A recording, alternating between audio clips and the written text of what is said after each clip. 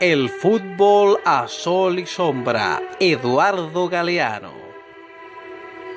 El Mundial del 70. En Praga moría Jiří Trnka, maestro del cine de marionetas. Y en Londres moría Bertrand Russell, tras casi un siglo de vida muy viva. A los 20 años de edad, el poeta Rugama caía en Managua, peleando solito contra un batallón de la dictadura de Somoza. El mundo perdía su música, se desintegraban los Beatles. Por sobredosis de éxito y por sobredosis de drogas se nos iban el guitarrista Jimi Hendrix y la cantante Janis Joplin. Un ciclón arrasaba Pakistán y un terremoto borraba 15 ciudades de los Andes peruanos. En Washington ya nadie creía en la guerra de Vietnam, pero la guerra seguía.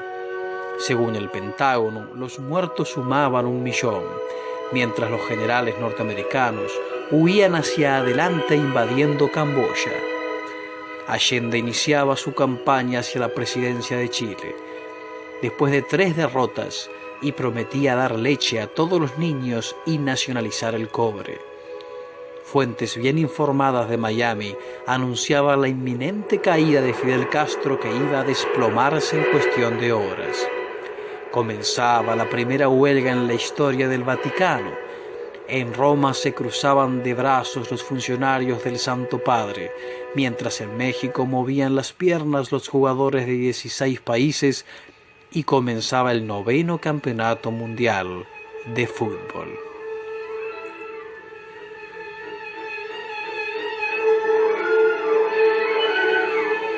Participaron 9 equipos europeos, 5 americanos, Israel y Marruecos. En el partido inaugural, el juez alzó por primera vez una tarjeta amarilla. La tarjeta amarilla, señal de amonestación, y la tarjeta roja, señal de expulsión, no fueron las únicas novedades del Mundial de México. El reglamento autorizó a cambiar 2 jugadores en el curso de cada partido. Hasta entonces, solo el arquero podía ser sustituido en caso de lesión, y no resultaba muy difícil reducir a patadas al elenco adversario. Imágenes de la Copa del 70.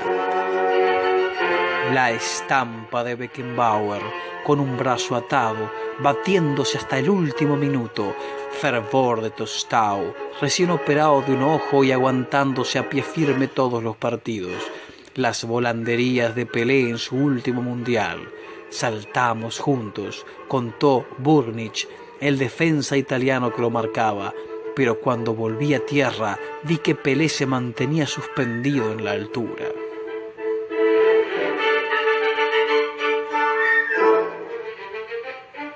Cuatro campeones del mundo, Brasil, Italia, Alemania y Uruguay, disputaron las semifinales.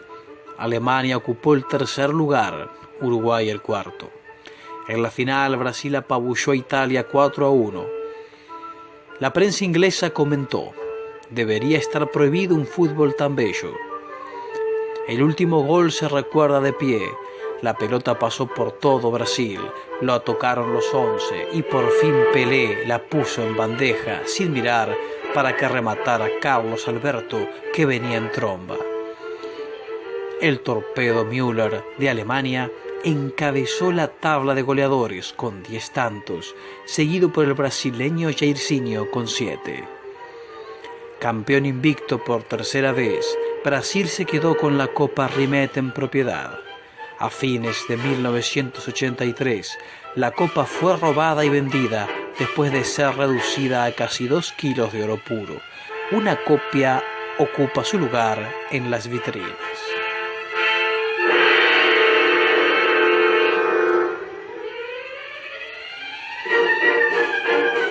Gol de Maradona.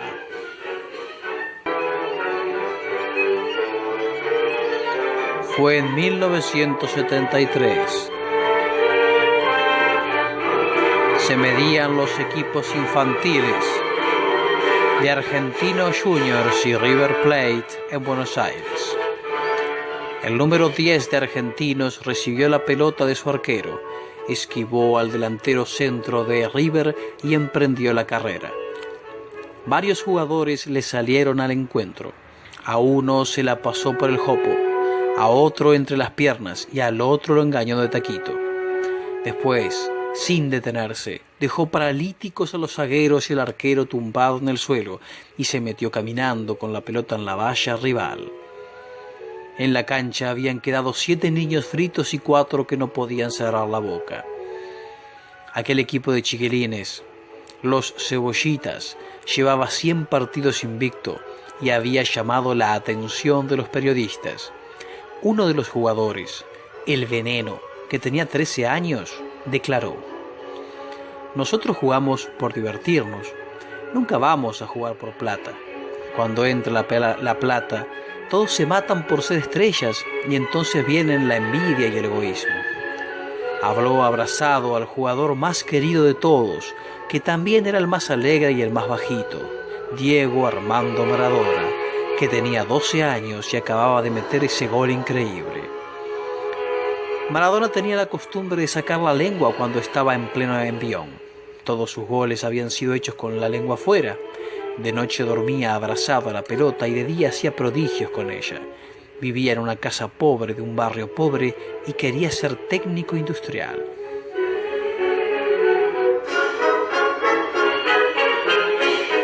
El Mundial del 78.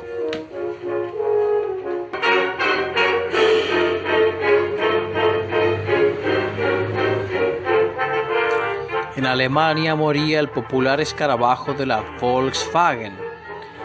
En Inglaterra nacía el primer bebé de probeta. En Italia se legalizaba el aborto. Sucumbían las primeras víctimas del SIDA, una maldición que todavía no se llamaba así.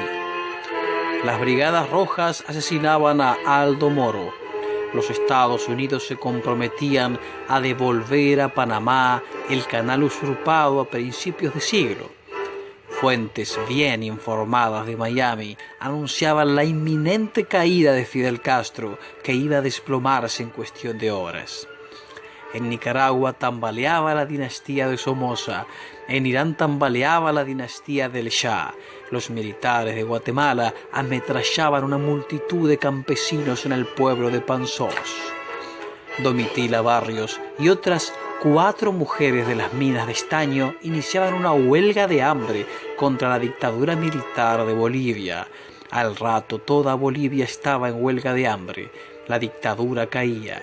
La dictadura militar argentina, en cambio, gozaba de buena salud y para probarlo organizaba el 11º Campeonato Mundial de Fútbol.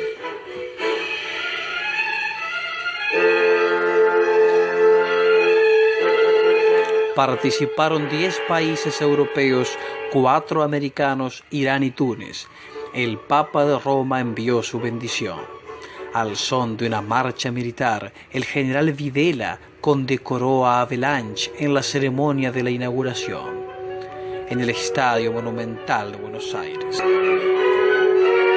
A unos pasos de allí estaba en pleno funcionamiento el Auschwitz argentino, el centro de tormento y exterminio de la Escuela de Mecánica de la Armada, y a algunos kilómetros más allá los aviones arrojaban a los prisioneros vivos al fondo de la mar.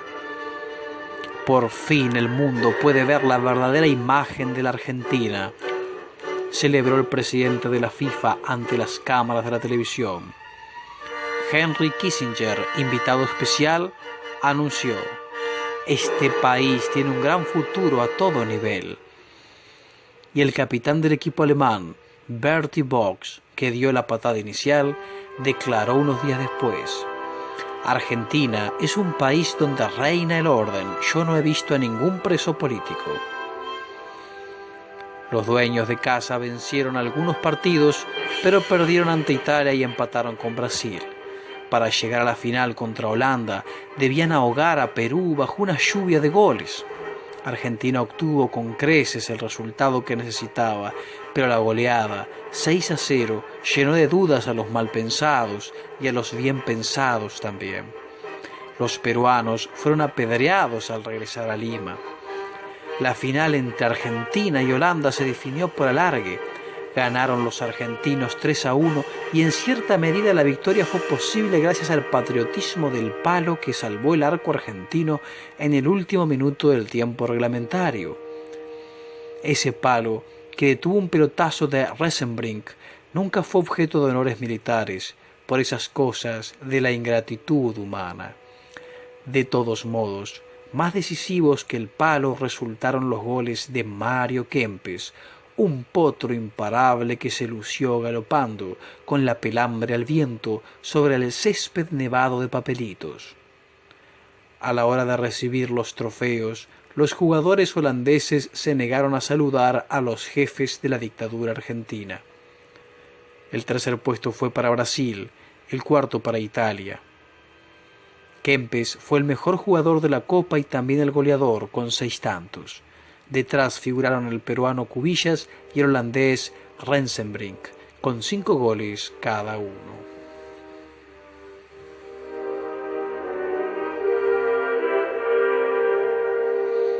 El Mundial del 86.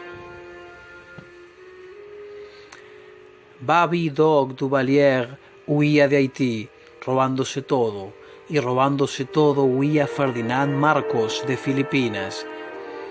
Mientras los archivos norteamericanos revelaban, más vale tarde que nunca, que Marcos, el alabado héroe filipino de la Segunda Guerra Mundial, había sido en realidad un desertor. El cometa Halley visitaba nuestro cielo después de mucha ausencia, se descubrían 9 lunas en torno al planeta Urano, aparecía el primer agujero en la capa de ozono que nos protege del Sol. Se difundía una nueva droga, hija de la ingeniería genética, contra la leucemia. En el Japón se suicidaba una cantante de moda y tras ella elegían la muerte 23 de sus devotos. Un terremoto dejaba sin casa a 200.000 salvadoreños y la catástrofe nuclear soviética de Chernobyl desataba una lluvia de veneno radioactivo. Imposible de medir y de parar sobre quién sabe cuántas leguas y gentes. Felipe González decía sí a la OTAN, la Alianza Militar Atlántica, después de haber gritado no, y un plebiscito bendecía el viraje mientras España y Portugal entraban al mercado común europeo. El mundo lloraba la muerte de Olof Palme, el primer ministro de Suecia, asesinado en la calle. Tiempos de luto para las artes y las letras. Se nos iban el escultor Henry Moore y los escritores Simone de Beauvoir, Jean Genet, Juan Rulfo y Jorge Luis Borges. Estallaba el escándalo Irangate, que implicaba al presidente Reagan, a la CIA y a los contras de Nicaragua en el tráfico de armas y de drogas, y estallaba la nave espacial Challenger al despegar de Cabo Cañaveral, con 7 tripulantes a bordo. La aviación norteamericana bombardeaba Libia y mataba a una hija del coronel Gaddafi para castigar un atentado que años después se atribuyó a Irán. En una cárcel de Lima morían ametrallados 400 presos.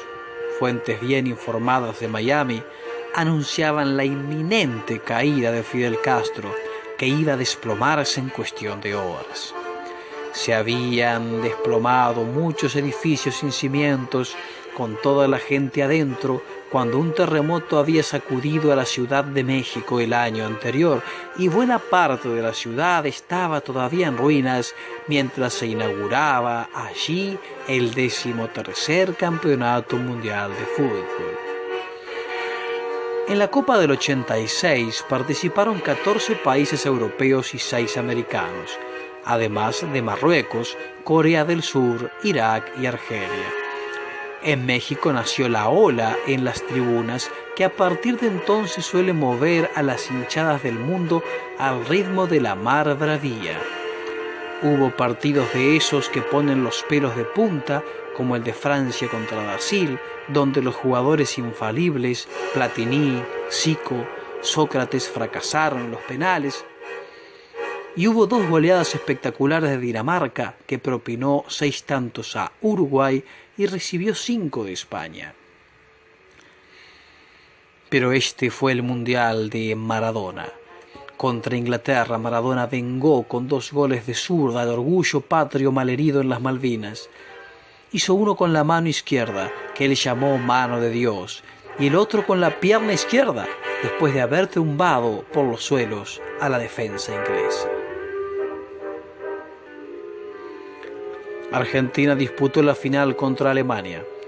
Fue de Maradona el pase decisivo, que dejó solo a Burruchaga para que Argentina se impusiera 3-2 y ganara el campeonato cuando ya el reloj señalaba el fin del partido, pero antes había ocurrido otro gol memorable. Valdano arrancó con la pelota desde el arco argentino, cruzó toda la cancha y cuando Schumacher le salió al cruce, la colocó contra el poste derecho. Valdano venía hablando con la pelota, le venía rogando: por favor, entra. Francia se clasificó en tercer lugar, seguida por Bélgica. El inglés Lineker encabezó la tabla de goleadores con 6 tantos. Maradona hizo 5 goles como el brasileño Careca y el español Butragueño.